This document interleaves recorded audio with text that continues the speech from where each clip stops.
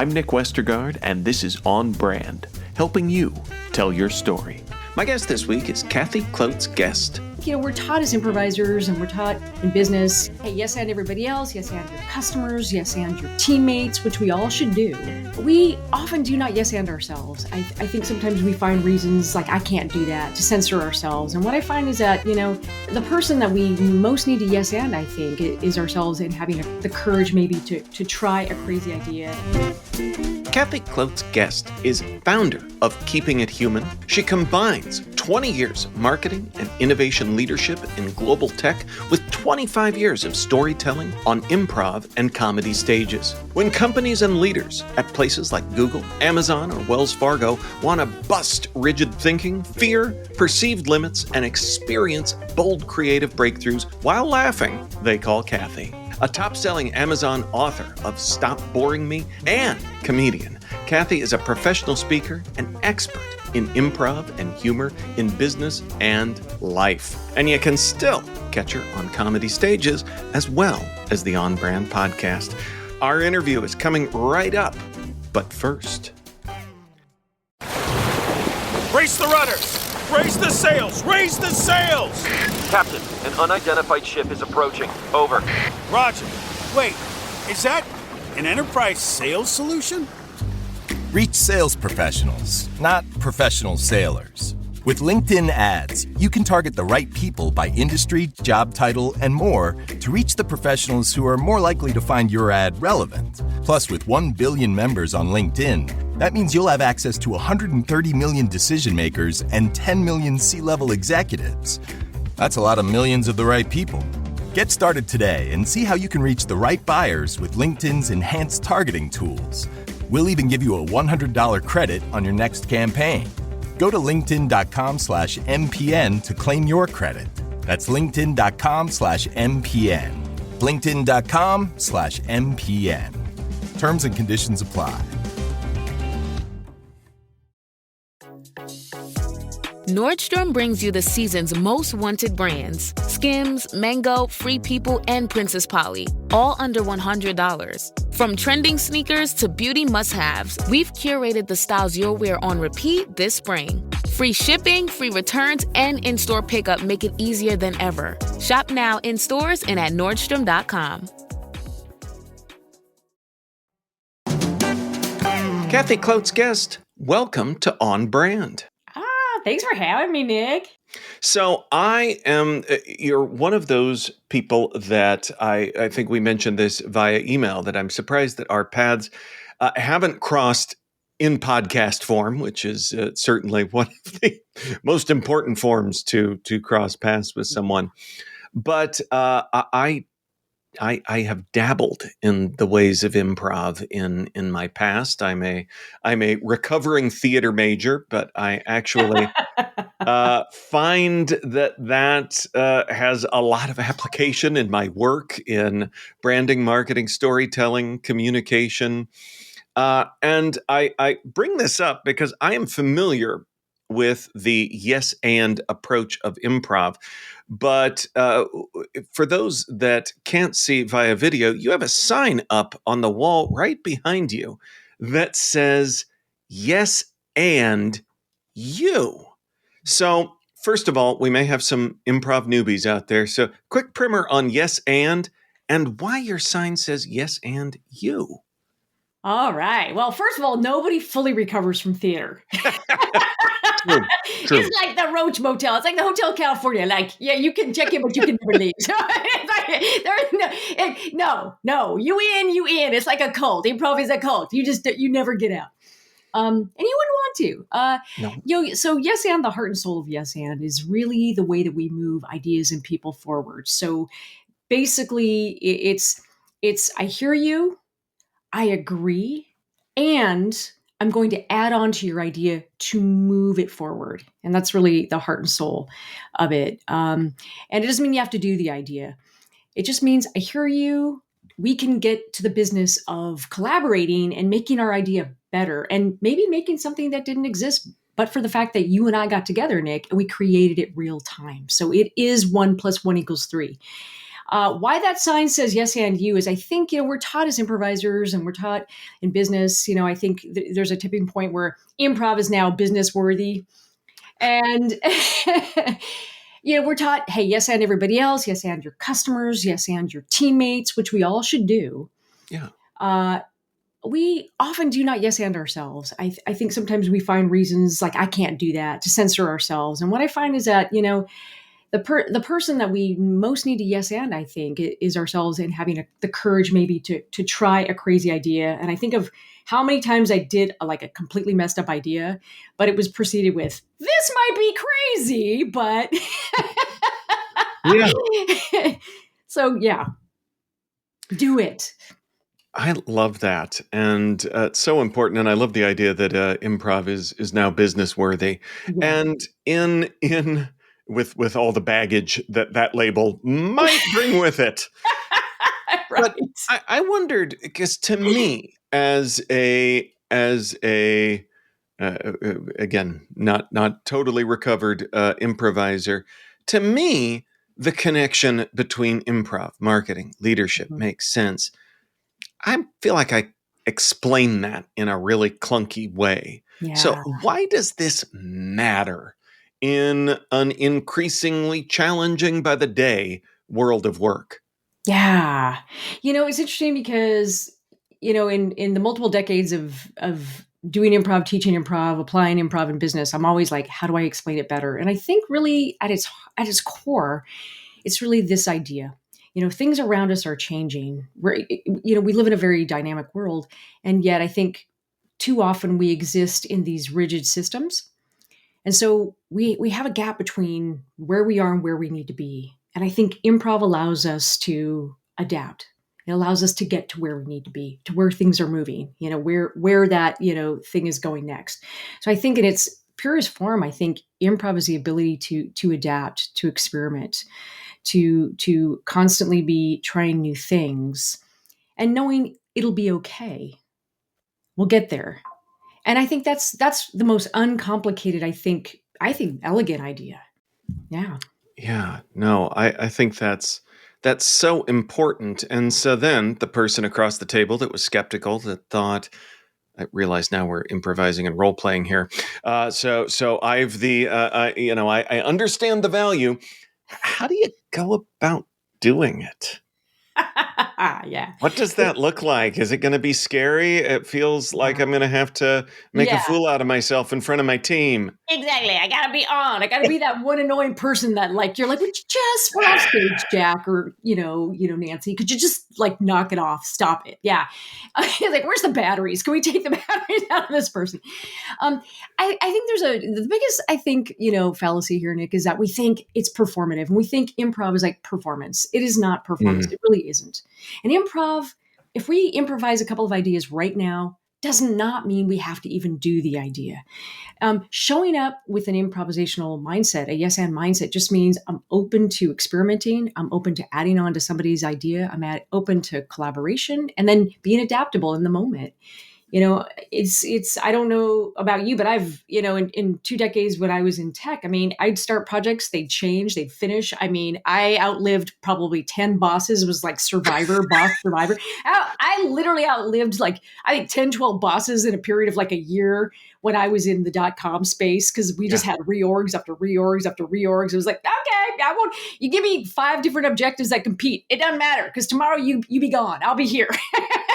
Yeah. Yeah.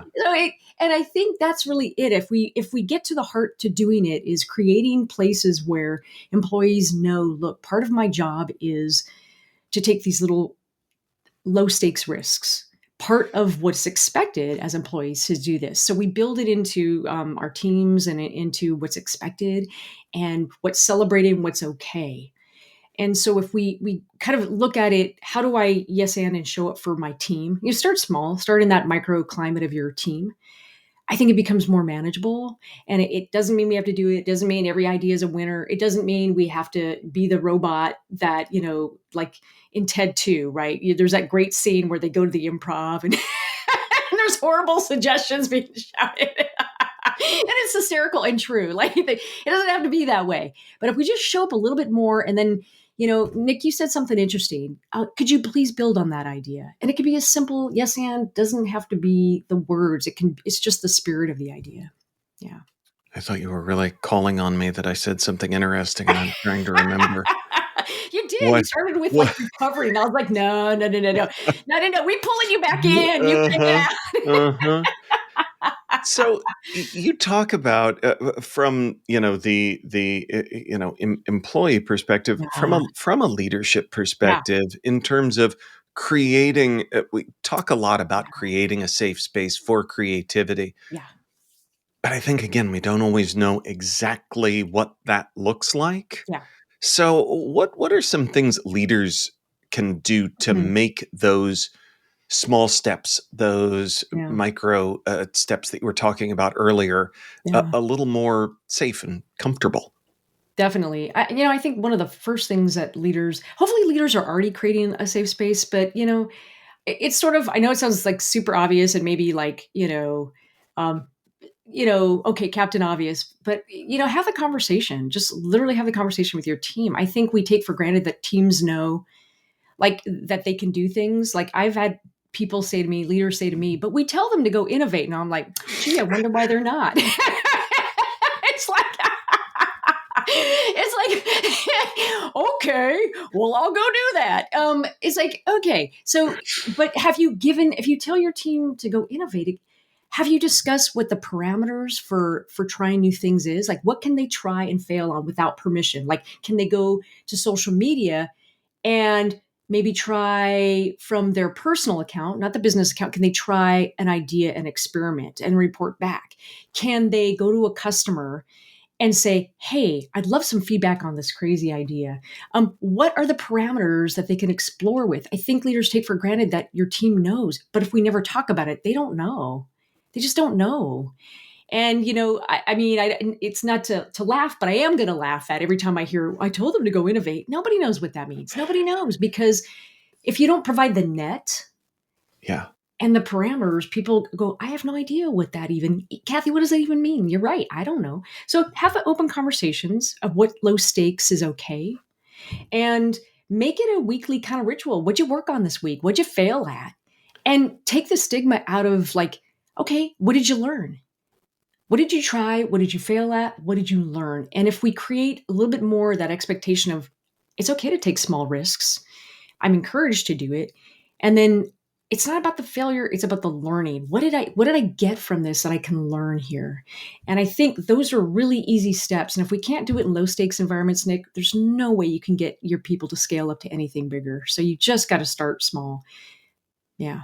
Yeah, you gotta ladder up, and I feel Yeah. like you hit the nail on the head with, we value innovation, creativity, Yeah. and I feel like we kind of make it to the cat poster level with both of those, but they're really tricky, really complex hows that involve. I mean, I just love the simple idea of asking, what'd you fail at What'd you fail as at? a leader, and then I would imagine the leader making sure that they are sharing things that they fail at as well. They start. Yeah. I had a boss years ago. I'm just going to out myself. So I was in the I've been around tech for many years. In fact, I worked for a company called Excite, which may or may not resonate for anybody. I get it. It Gen was a Z. browser, yes?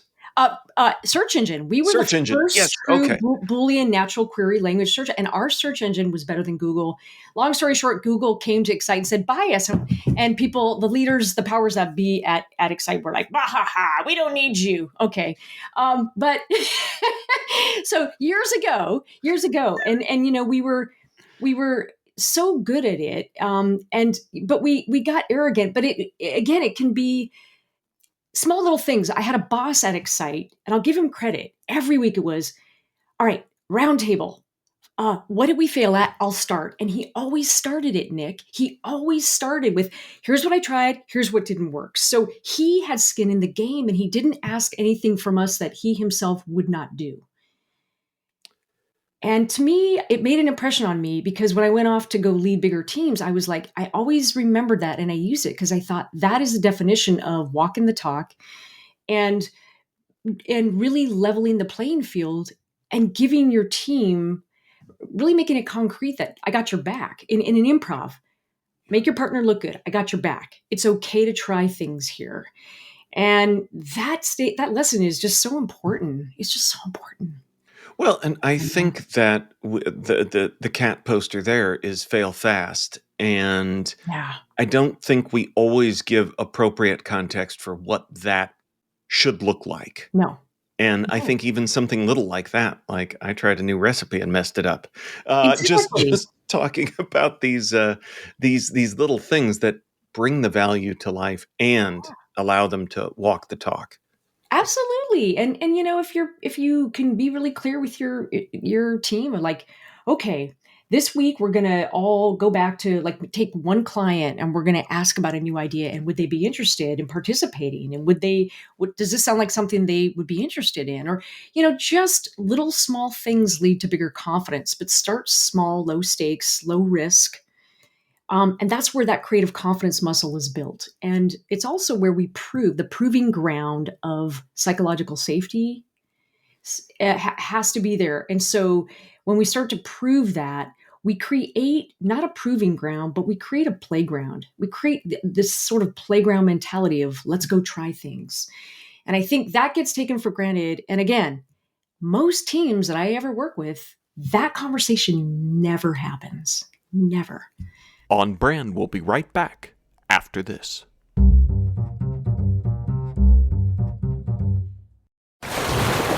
Raise the rudders! Raise the sails! Raise the sails! Captain, an unidentified ship is approaching. Over. Roger. Wait, is that an enterprise sales solution?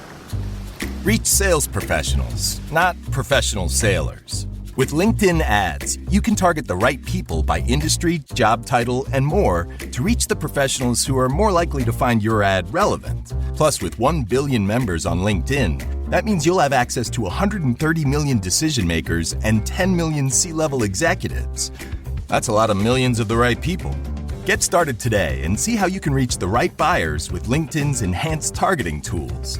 We'll even give you a $100 credit on your next campaign. Go to linkedin.com/MPN to claim your credit.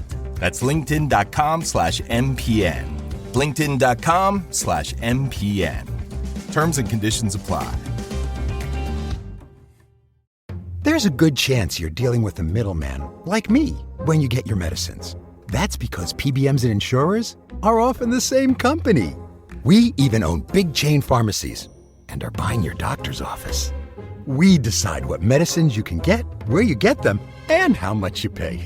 It's a win-win. For me. When middlemen own it all, you lose. Visit phrma.org/middlemen to learn more. Paid for by Pharma. Now, back to the show.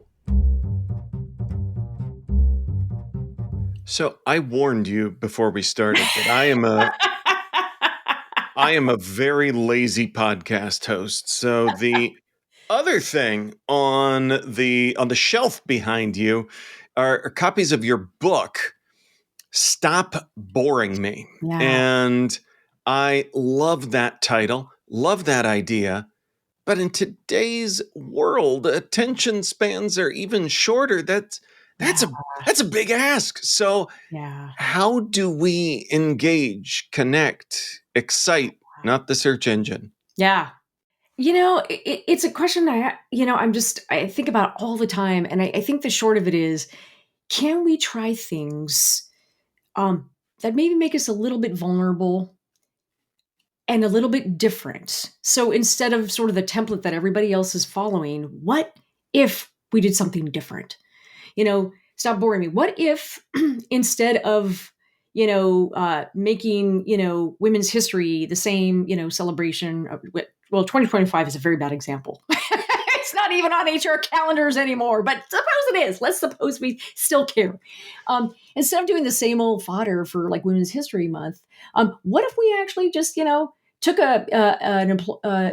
did something where we interviewed an employee for, 10 minutes, and we asked them all about themselves and what they do for work and also outside of work, and what their lessons of being a woman in the world is. And we just featured that on our out in social media, and get to know us through the amazing women that work here. Like, it can be something really small, really, really small, or we disrupt thinking, maybe more humor. Why not? Why are leaders not using more video in their posts? Why are they not doing more funny memes? I mean, who says a leader can't be funny? I would not follow a leader that isn't funny, that doesn't have a great sense of humor, because that means they take themselves too seriously, and I wouldn't follow them. Do the little disruptive things, that be vulnerable, be willing to do something small, or do something where, you're collaborating with your team. I mean, how many ideas are built with maybe customers? And what if you actually put out a prompt and said, hey, customers, fill this in, and let's yes and each other and come up with something. What would you want to see? Write the story. Put a prompt out in social media. Let customers write the story. You might get some crazy shiz, but it might be hilarious, and it might be fun and engaging. So I think it's really, honestly, Nick, it's about taking these small little steps and risks to do something a little bit different. And it doesn't have to be big stakes, really. And that's really the thing. Think small, start small. I wonder if you'd say more about leaders and humor, because I think it's something that's really important. But boy, looking at it on the to-do list, it's like, I can't. I worked with an organization that a few years ago that really valued humor, but as they worked to kind of canonize it as a value, they made it weird. And red noses, rubber chickens, waka waka, instead of like the value of candor and warmth and a sense of humor, but not like stand-up comedy. Exactly. So is it just that we don't have a great definition of what humor at work looks like? Yes, we misunderstand it. I think it is the least understood and most important and underrated, I think, communication device. But it's more than communication. It's how we show up. It's just how we show up in the world. And I think, the simple definition for me really is, how do we show up with an attitude of imperfection and playfulness? And that's it. That's my definition. That is my Kathyism. And it works for me, because when we allow ourselves to just show up that way, we don't need look, I love Fozzie Bear, my favorite Muppet, but we don't need to be all waka waka, failed comedian. I don't need the rubber chicken, none of that is, I don't show up. That's not my humor. But my humor is to show up organically, let's try this. Okay, we failed. Okay, let's have some fun with this. Let's try that. And if we can show up and get out of this idea that it's comedy or jokes, it is not. Yeah. It is an attitude of playfulness and delight in each other's beings.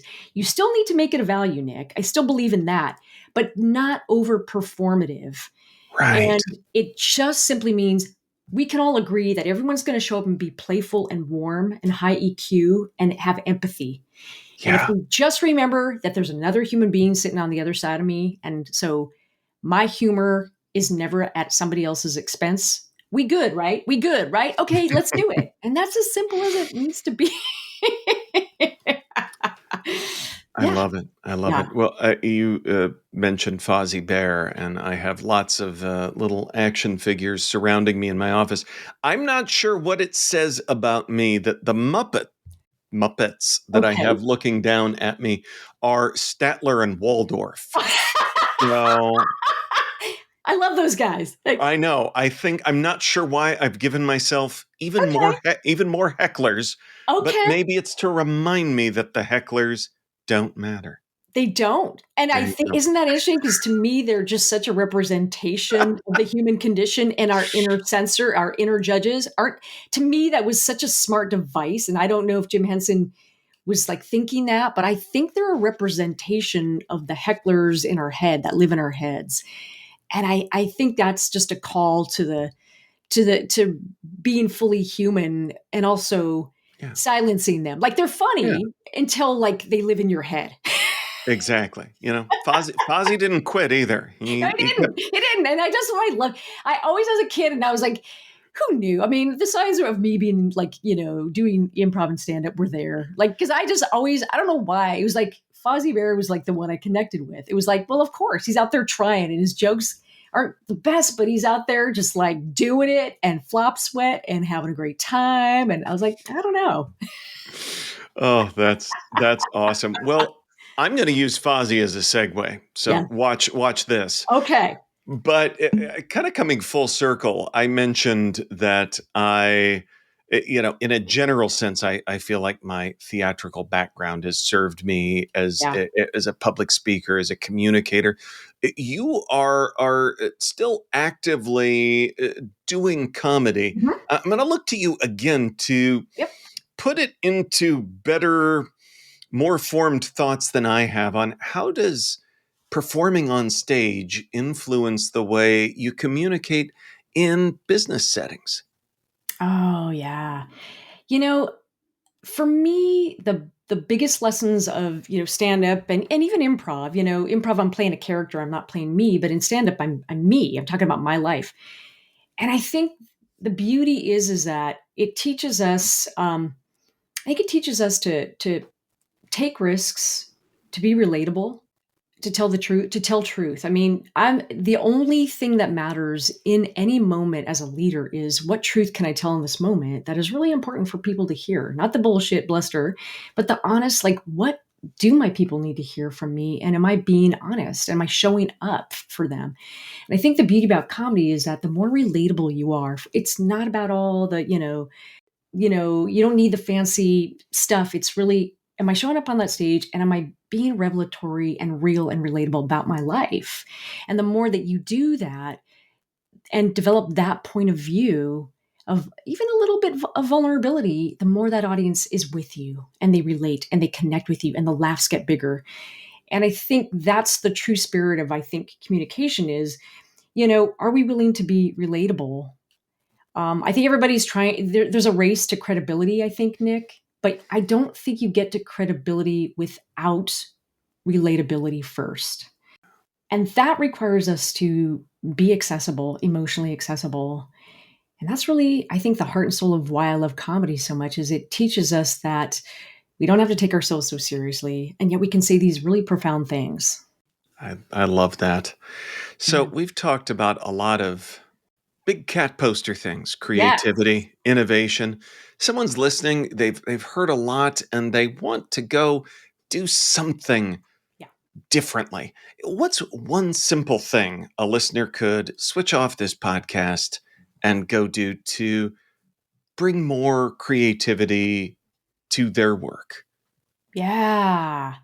I think really it comes down to play and to this idea of yes and you. Go find a reason to say yes to yourself and do an idea, even if it's, maybe outside of work, and experiment and then bring that to work. Like, here's what I've learned about this thing.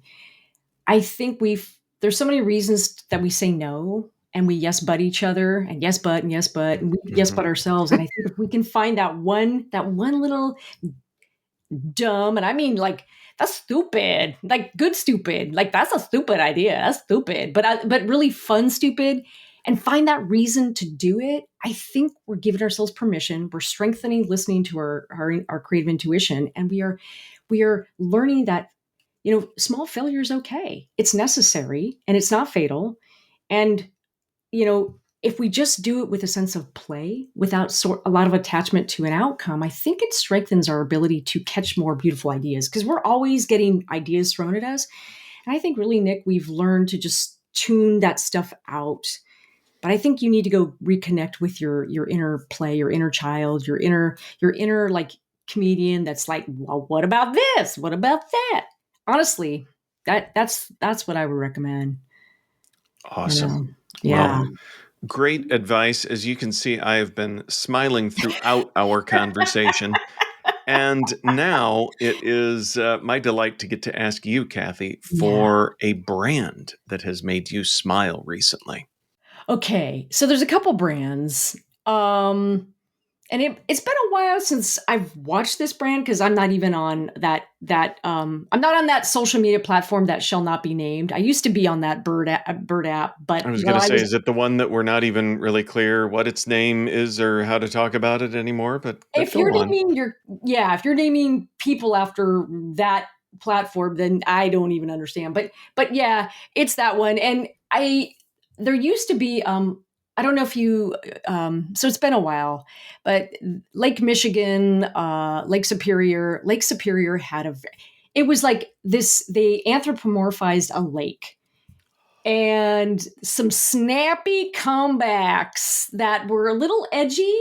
And I just give them so much props because if you're all about environmental, justice and thinking about water and as a resource, what's a great way to do that? Something we don't think about every day. And they made it a personality and funny and humorous. And you're like, this is Lake Superior doing some snappy comeback. And then Lake Erie got involved and was like, oh no, you didn't. And then they had these lake roast battles. And I was like, genius. I don't know who the social media manager was for that, but pay these people.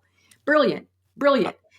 And I'm not on that app anymore, but and then I would say more recently, I've seen a lot of people hate it, but whether you hate it or not, Liquid Death, I love Liquid Death, and I just love their willingness to go, this is our sense of humor, this is who we are, and they're unapologetic. And like, they got a lot of flack for that most recent the Kegs for Pregs with Kylie Kelsey. Yes, Kylie Kelsey was in it, and I saw people hating it, and I thought, well, that's who they are, and they put their flag in the ground, and they said, "This is our humor." I thought it was hilarious because, just because we're, and I know I'm a mom, we got to drink water, but it's boring. And this was a fun side, and it wasn't glorifying alcohol. To me, it wasn't. No. But I thought, you know what? I love their like, hell yeah, this is who we are. Yeah. Great examples and kind of examples that reinforce everything that we've been talking about here. Yes. Kathy, where can folks go to learn more about who you are and what you do? Well, that's a good question. I'd say, you know what? You can follow me follow me. You can go to, keepingithuman.com and that's my website. You can, follow me on LinkedIn, although LinkedIn is, we're trying to bring humor back. It doesn't have to be the place that like levity goes to die. It doesn't have to do that. You can go to Instagram, but I will say that probably if you want to know what's going on with me, the website or maybe LinkedIn. Awesome. Yeah. Well, we will link up to all of that in our show notes, which folks can find at onbrandpodcast.com. Kathy, thanks for being on brand with us. It is my pleasure. And I will just say really briefly, the one thing I miss about that platform is it felt with their character limitations it made me think in headlines and in jokes and in punchlines. And I treated it like a living laboratory of punchlines, and I could test things out. And that is another way to experiment with social media. So that's a great point. And I feel like they started to get away from it when they went from 140 to 280. I mean, even that little thing was a big thing. It took away a big differentiator. Yeah, it forced us to think with brevity and clarity. And I know journalists that wouldn't even accept a pitch if you couldn't pitch in 140 characters, which was very, very limiting. But also, if you can do it, damn. Yeah.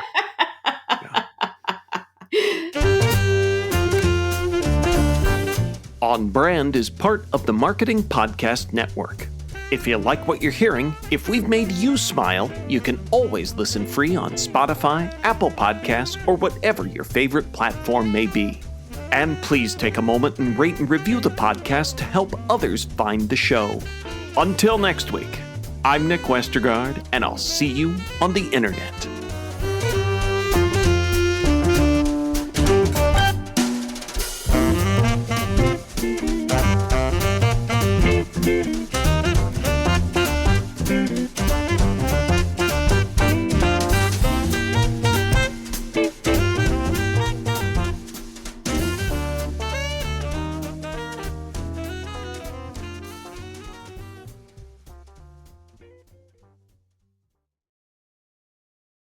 You may know you're listening to this show along the Marketing Podcast Network, but did you know there are other great shows on MPN to help your business? Robbie Samuels hosts the On the Schmooze podcast. Robbie, tell listeners what to expect from the show. Since 2015, I've interviewed entrepreneurs who overcame challenges to achieve success in their field or industry. Tune in to On the Schmooze to listen as I ask deep questions to elicit untold stories about leadership and networking. And where can people subscribe? Find the show at ontheschmooze.com or on marketingpodcast.net, or just search for it wherever you get your podcasts. You heard them. Go subscribe. This podcast is heard along the Marketing Podcast Network. For more great marketing podcasts, visit marketingpodcasts.net.